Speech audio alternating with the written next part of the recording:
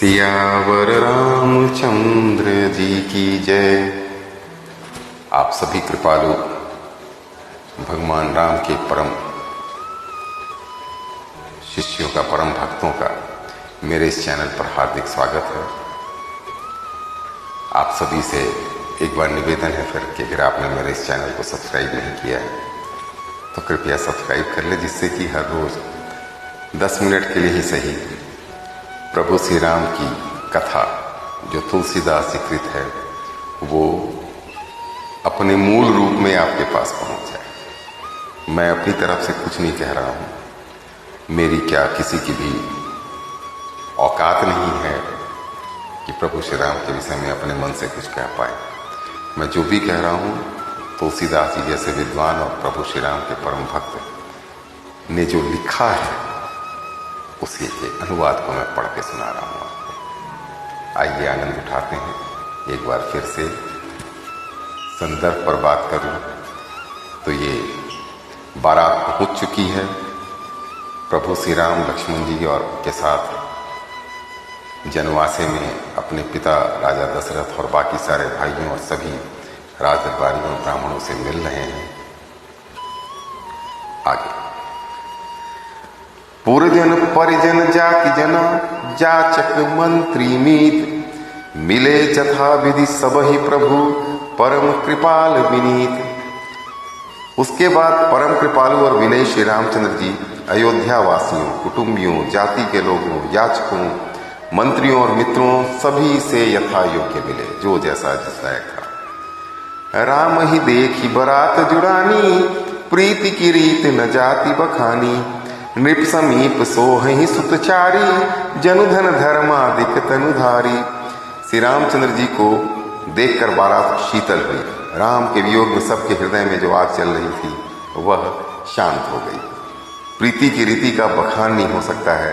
राजा के पास चारों पुत्र ऐसी शोभा पा रहे हैं मानो अर्थ, धर्म, काम और मोक्ष शरीर धारण किए। मैं फिर एक बार बोल रहा हूं, क्या उपमा देने का जो क्षमता है तुलसीदास जी में और कहीं नहीं, किसी जगह नहीं। आप जितने बड़े लेखकों या कवियों का नाम लें, मुझे तो नहीं लगता। सुतन समेत दशरथ ही देखी, मुदित नगर नर नारी विसेखी। सुमन बरिसी सुरहन ही श्रीसाना, नाक नटी नाच ही करी गाना। पुत्रों सहित दशरथ जी को देखकर नगर के स्त्री पुरुष बहुत ही प्रसन्न हो रहे हैं। आकाश में देवता फूलों की वर्षा करके नगाड़े बजा रहे हैं और अप्सराएं गा गा कर नाच रही हैं। सतानंद अरु विप्र सचिवगण, मागध सूत विदूष बंदीजन। सहित बरात राउ सनमाना, आय सुमांगी फिरे अगमाना। अगवानी में आए हुए शतानंद जी, अन्य ब्राह्मण मंत्रीगण, मागध सूत विद्वान और भाटों ने बारात सहित राजा दशरथ जी का आदर सत्कार किया। फिर आज्ञा लेकर वे वापस लौटे। प्रथम बरात लगन ते आई, ताते पुर प्रमोद अधिकाई। ब्रह्मानंद लोग सब लहई, बढ़ऊ दिवस निसी विधि सनकाई। बारात लगन के दिन से पहले आ गई है, इससे जनकपुर में अधिक आनंद छा गया है। सब लोग ब्रह्मानंद प्राप्त कर रहे हैं और विधाता से मनाकर कहते हैं कि दिन रात बढ़ जाएं, अर्थात और बड़े हो जाएं। रामु सिय शोभा अवधि, सुकृत अवधि दौराज। जहाँ तह पुरजन कहीं ऐसा, मिली नर नारी समाज। श्री रामचंद्र जी और सीता जी सुंदरता की सीमा है। इनसे ज्यादा सुंदर पृथ्वी पर ना तो कभी कोई हुआ है और ना ही होगा और ना ही है। और दोनों राजा भी पुण्य की सीमा है। उनसे ज्यादा पुण्यात्मा न तो कोई हुआ है, न होगा और न है।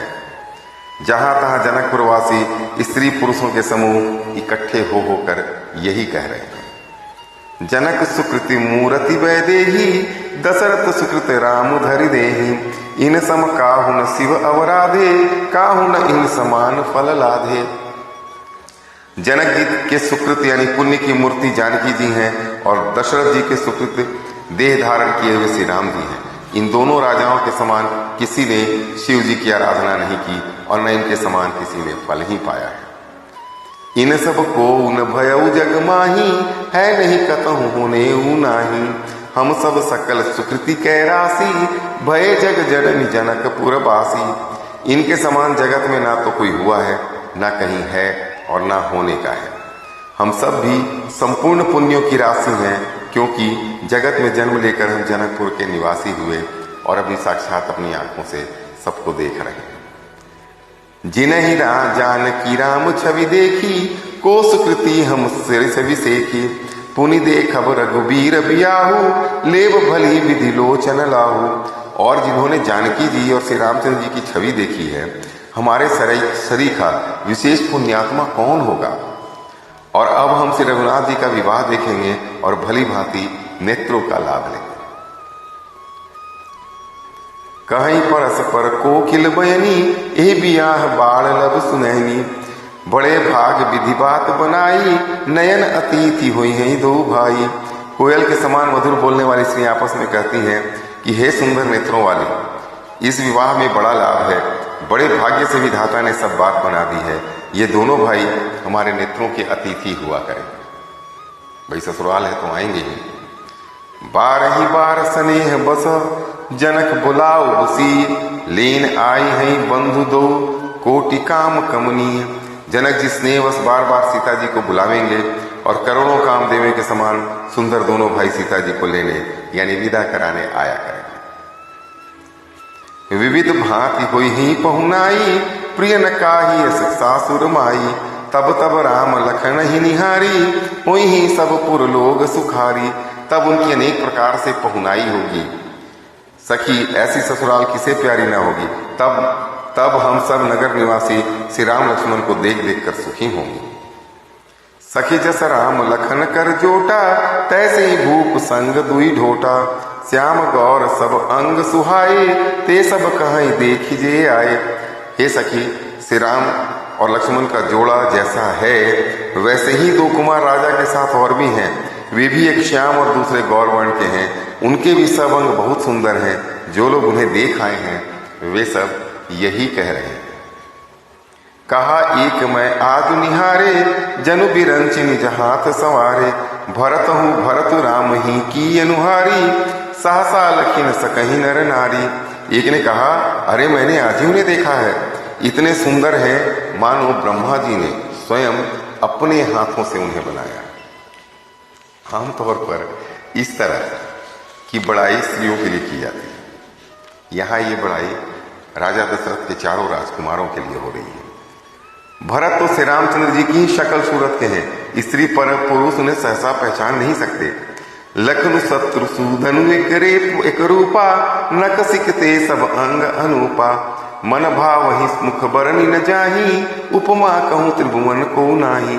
लक्ष्मण और शत्रुघ्न दोनों का एक रूप है। दोनों के नख से शिख तक सभी अंग अनुपम है। मन को बड़े अच्छे लगते हैं, पर मुख से उनका वर्णन नहीं हो सकता। उनकी उपमा के योग्य, उदाहरण के योग्य तीनों लोकों में कोई भी नहीं। उपमान को कह दास तुलसी, कतहु कवि को विद कहे। बल विनय विद्याशील शोभा सिंधु इनसे एहि। पुर नारी सकल पसारी, अंचल विधि वचन सुनावही। ब्याही विचारी भाई, यही पुर हम सुमंगल गावही। दास तुलसी कहते हैं कि कवि और कोविद कहते हैं कि इनकी उपमा कहीं नहीं है। बल, विनय, विद्या, शील और शोभा के समुद्र इनके समान यही हैं।